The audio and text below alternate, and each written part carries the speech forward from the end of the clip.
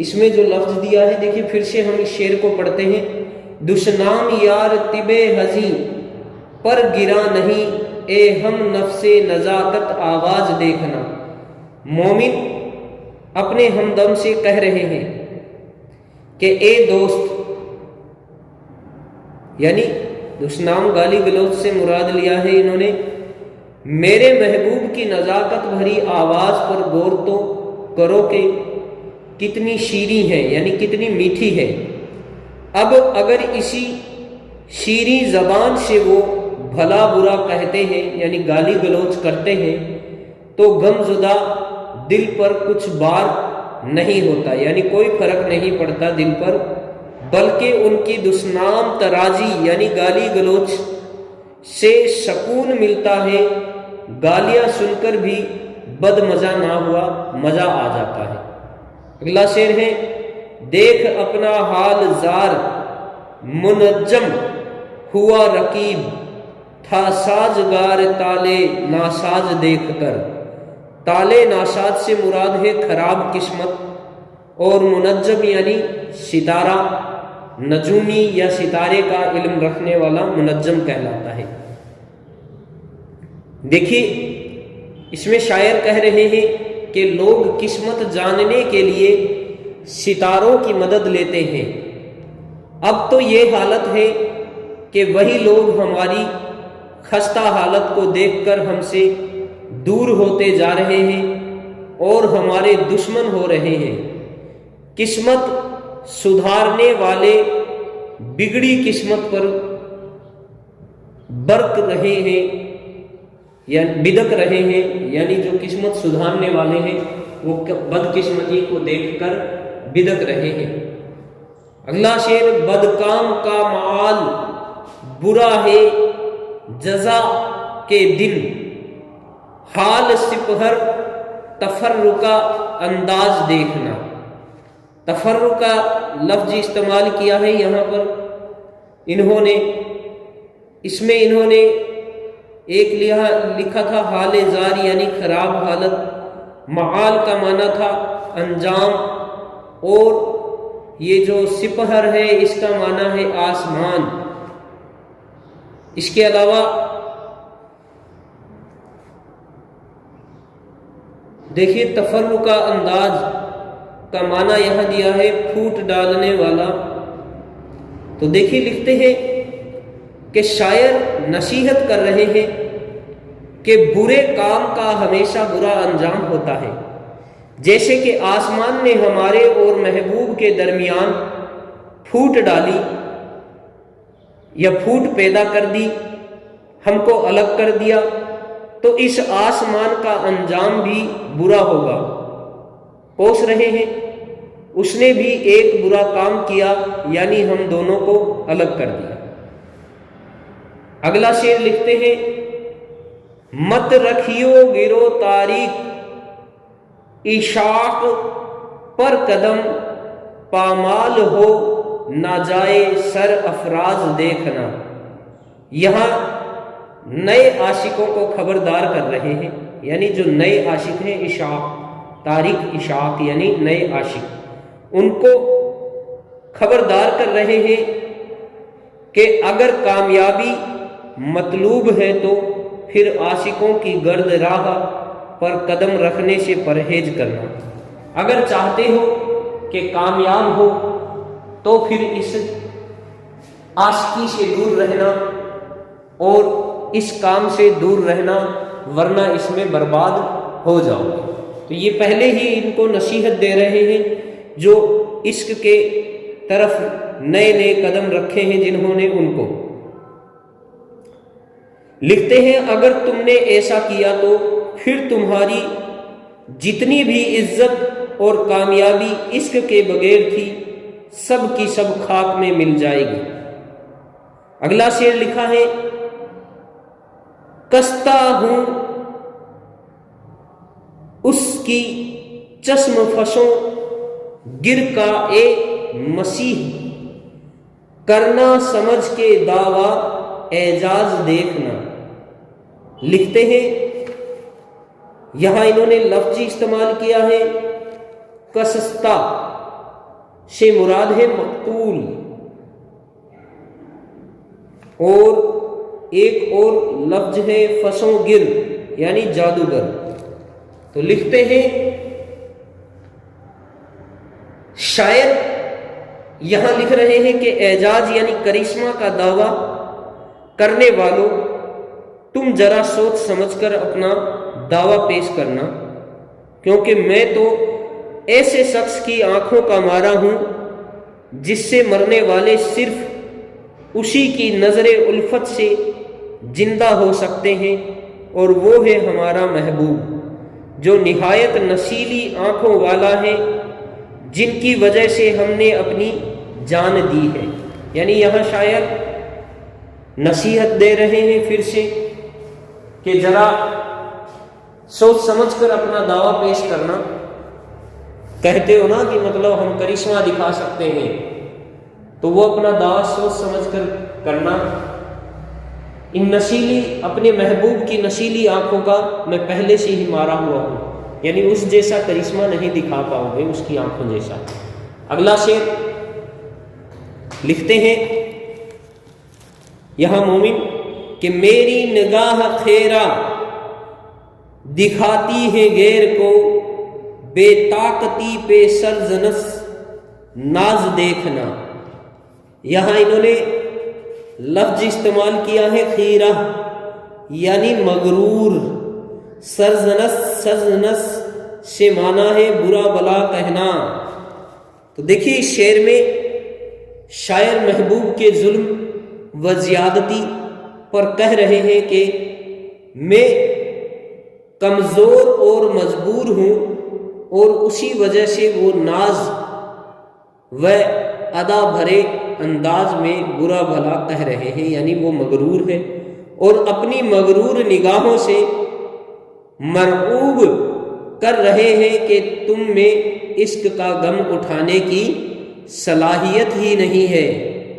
اگلا ترک صنم بھی کم نہیں سوجے حجیم سے، مومن غم معال کا آغاز تو دیکھنا۔ یعنی یہ شاعر نے لکھا ہے معال پھر سے انجام کے لیے، اور لفظ استعمال کیا ہے سوزے حزیم یعنی جہنم کی گرمی۔ تو اس میں شاعر نے لکھا ہے کہ عشق لگنے کے بعد معشوق کو بھلا دینا بڑا تکلیف دہ ہے، بلکہ وہ جہنم کی تکلیف سے کم نہیں ہے، یہ بڑا شدید غم ہے اور یہ غم کا آغاز ہے، تو پھر انجام کیا ہوگا خدا ہی بہتر جانتا ہے۔ یہ تھی پہلی غزل۔ دوسری غزل آنکھوں سے حیا ٹپکے ہے انداز تو دیکھو، ہے بوا لہوس پر بھی ستم ناز تو دیکھو۔ شاعر لکھتے ہیں اپنے محبوب پر طنز کس رہے ہیں اور کہہ رہے ہیں کہ جناب بہت زیادہ شرمیلے انداز میں رہتے ہیں، لیکن اس شرم کے پیچھے جو ستم ناز ہوتا ہے اس کا جواب نہیں۔ ظاہر ہے کہ یہ ستم ان کے ستم کے حریص لوگوں پر ہی ہوں گے، اور ہم بھی ان میں سے ایک ہیں، یعنی کہ ظاہر کچھ اور باطن کچھ۔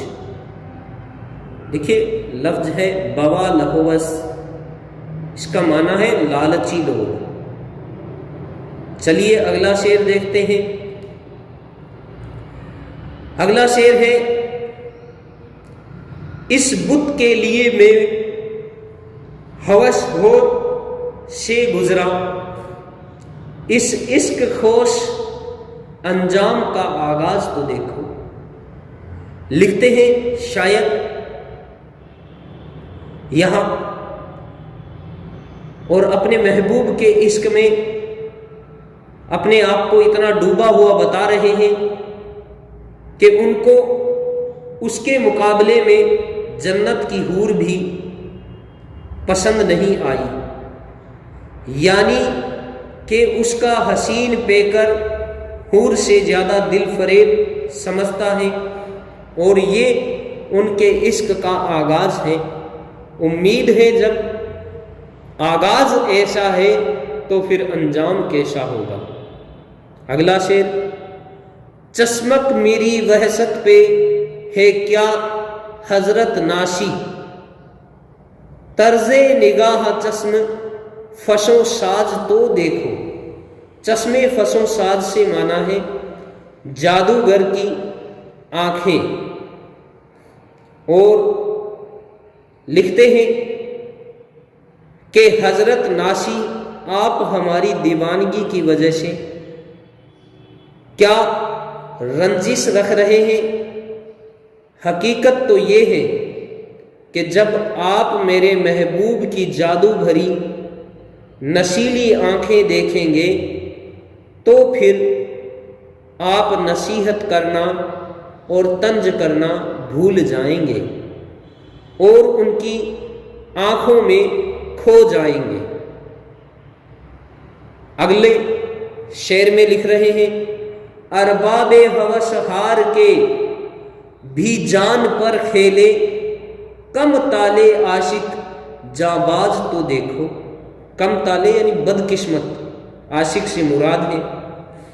لکھتے ہیں چشمک یعنی رنجش، پیچھے ہم نے پڑھ لیا، جو لکھتے ہیں جس طرح اہل ہوس یعنی لالچی قسم کے لوگ اپنے مقصد کو پانے کے لیے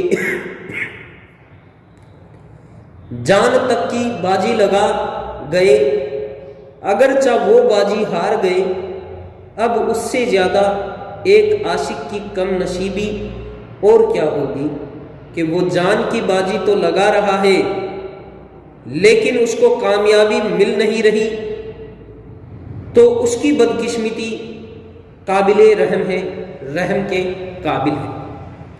اگلے شعر میں لکھتے ہیں، مجلس میں تم اغیار کو دزدیدہ نگاہ سے منظور ہے پناہ نہ رہے راز تو دیکھو۔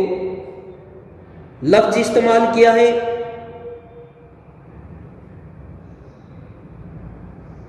یہاں انہوں نے دزدیدہ یعنی چرائی ہوئی۔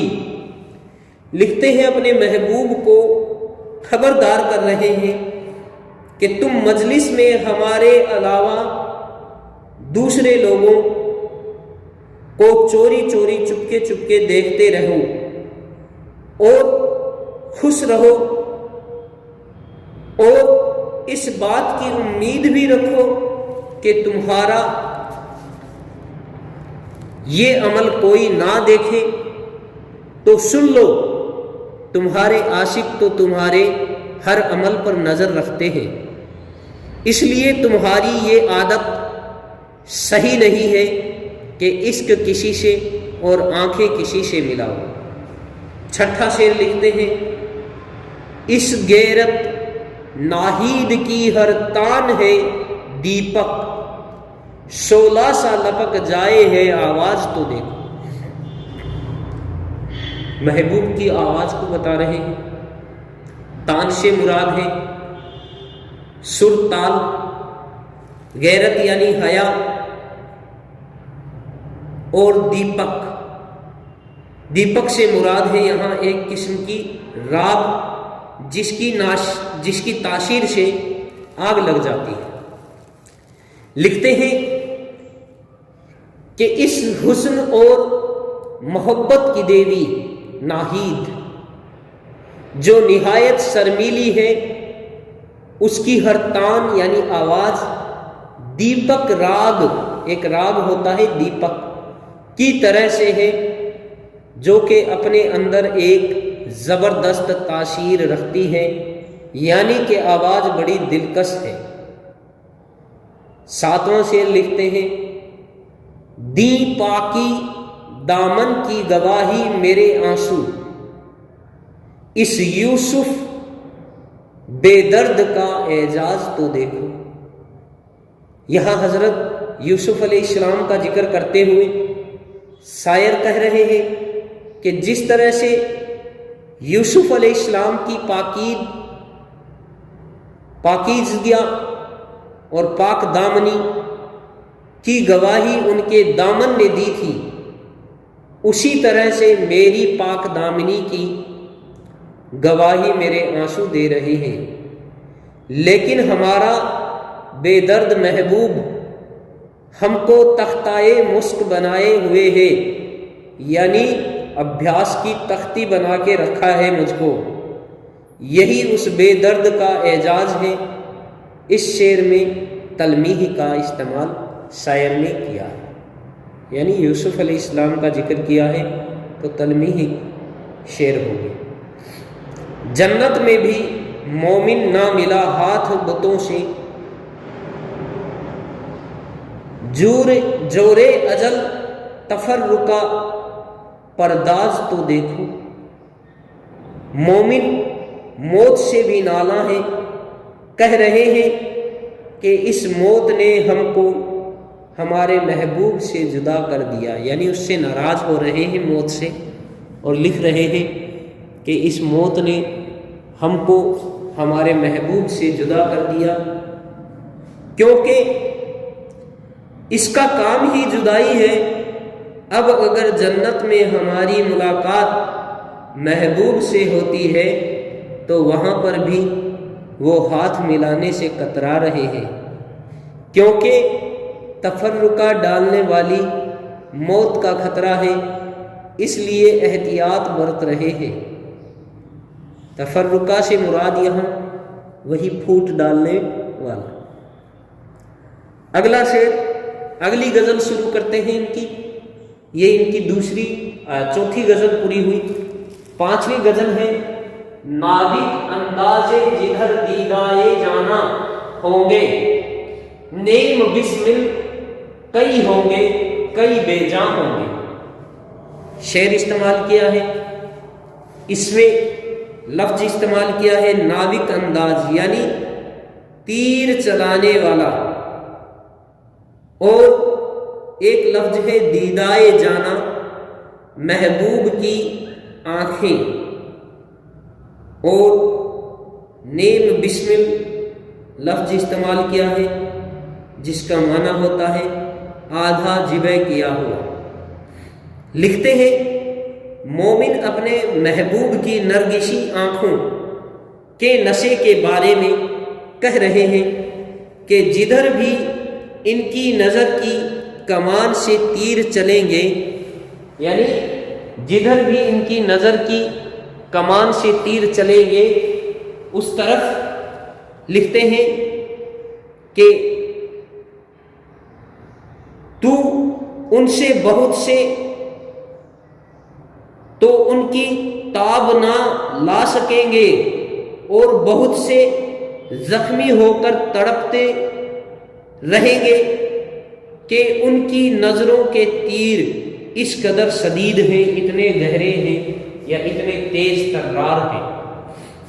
یہاں اپنے محبوب کی ان نشیلی آنکھوں کا چرچا کر رہے ہیں۔ لکھتے ہیں دیدائے جانا، یعنی جان لے لینے والی آنکھیں۔ نیم بسمل یعنی کچھ آدھے مرے ہوئے یا آدھے جگر ہو جائیں گے اور تڑپتے رہیں گے یا تڑپنے لگیں گے۔ اگلا شعر لکھتے ہیں تاب نظارہ نہیں آئینہ کیا دیکھنے دوں، اور بن جائیں گے تصویر جو حیراں ہوں گے۔ لکھتے ہیں میرا محبوب شراپا حسن کا پیکر ہے، یعنی کہتے ہیں کہ حسن کی جیتی جاگتی تصویر ہے۔ عشق کرنے والوں کے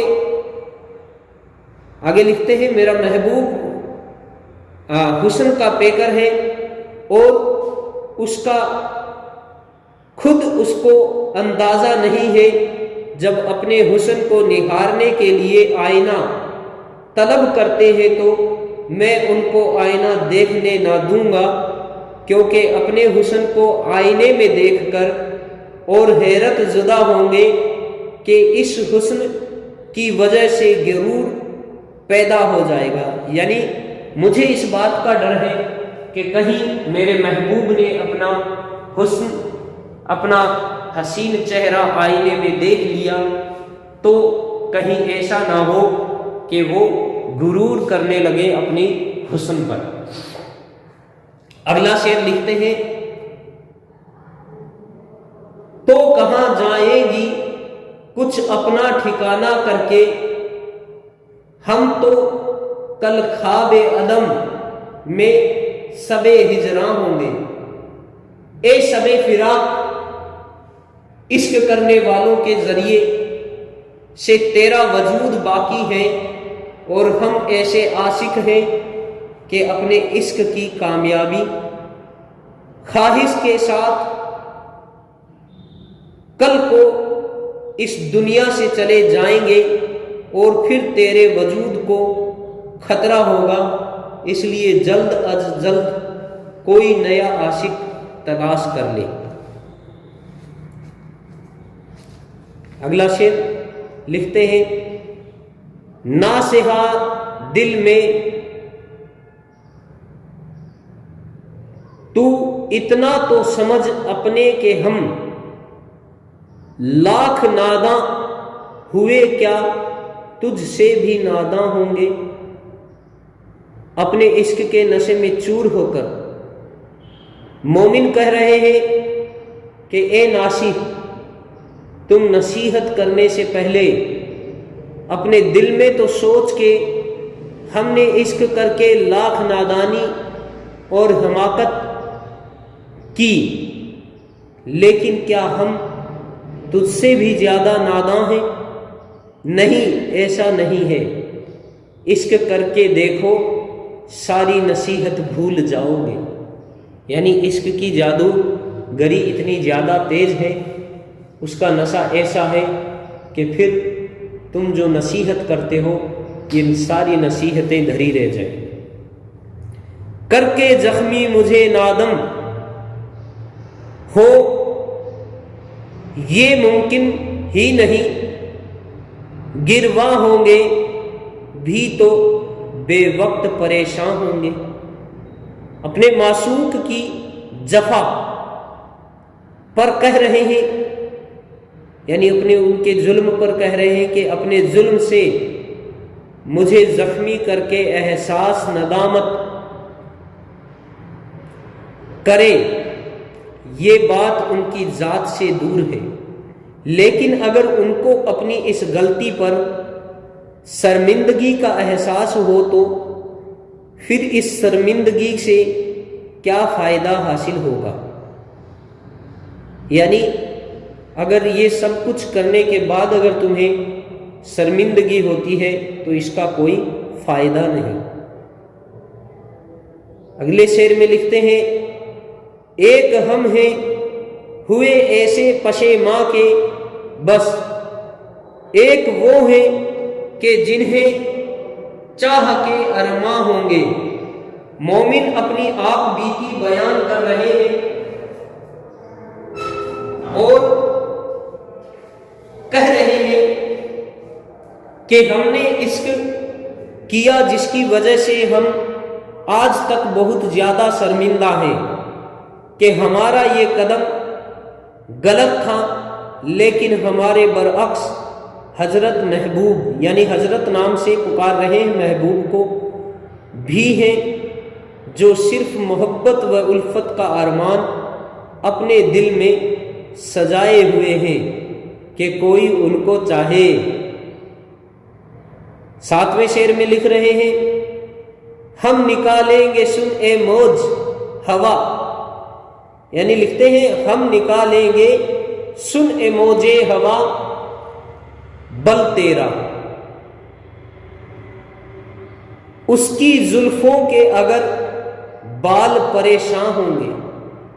محبوب کی کالی لمبی اور خوشبودار زلفیں جب ہوا سے منتشر ہوتی ہیں، یعنی اڑتی ہیں، ادھر ادھر کرتی ہوتی ہیں، جو ان کو بار بار پریشان کرتی ہیں، تو مومن کو اس سے بڑی تکلیف ہوتی ہے، اور وہ اپنی اس تکلیف کا اظہار ہوا کو خبردار کر کے کہہ رہے ہیں کہ ان کی زلفیں نہ بکھیریں ورنہ ہم تمہاری ساری ٹہلیاں بھلا دیں گے۔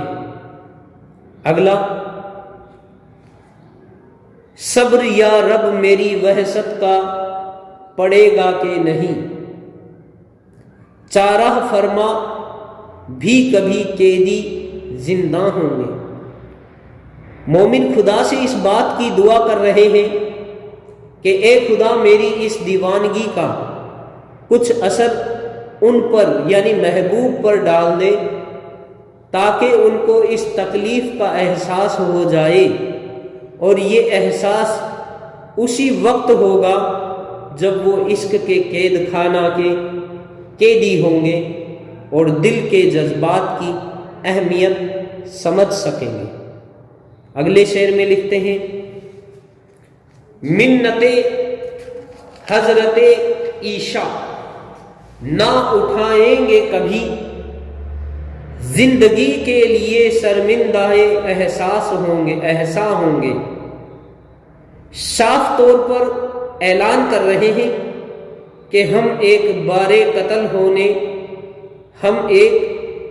قتل ہونے کے بعد محبوب کے ہاتھوں سے زندگی کی بھیک مانگنا ہماری شان کے خلاف ہے کہ حضرت عیسیٰ سے چند روزہ زندگی کی منت مانگ لی جائے اور پھر ہمیشہ ان کے احسان تلے دبا رہنا ہے۔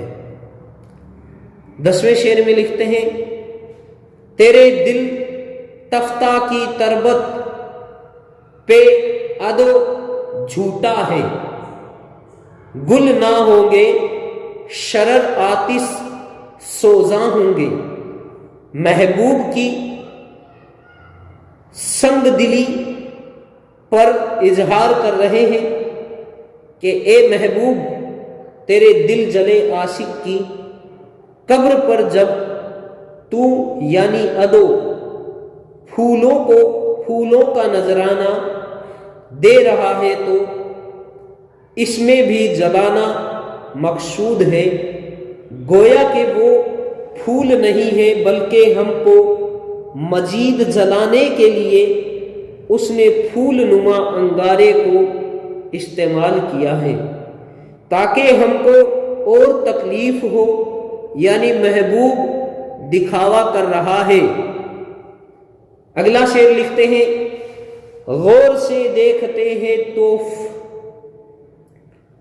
کو آہوئے حرم، طوف کا مراد ہے طوائف، کیا کہیں اس کے صد کوچا کے قرباں ہوں گے۔ لکھتے ہیں ہمارے عشق کی دیوانگی کا یہ عالم ہے کہ اس کی گلی کا کتا اور حرم کے ہرن ہمارے محبوب کے دیار کے طواف کرنے کو بڑے غور سے دیکھ رہے ہیں اور اس محبوب پر اپنی جان تک قربان کرنے کے لیے تیار ہے، یعنی طوف سے مراد لیا ہے طواف کرنا۔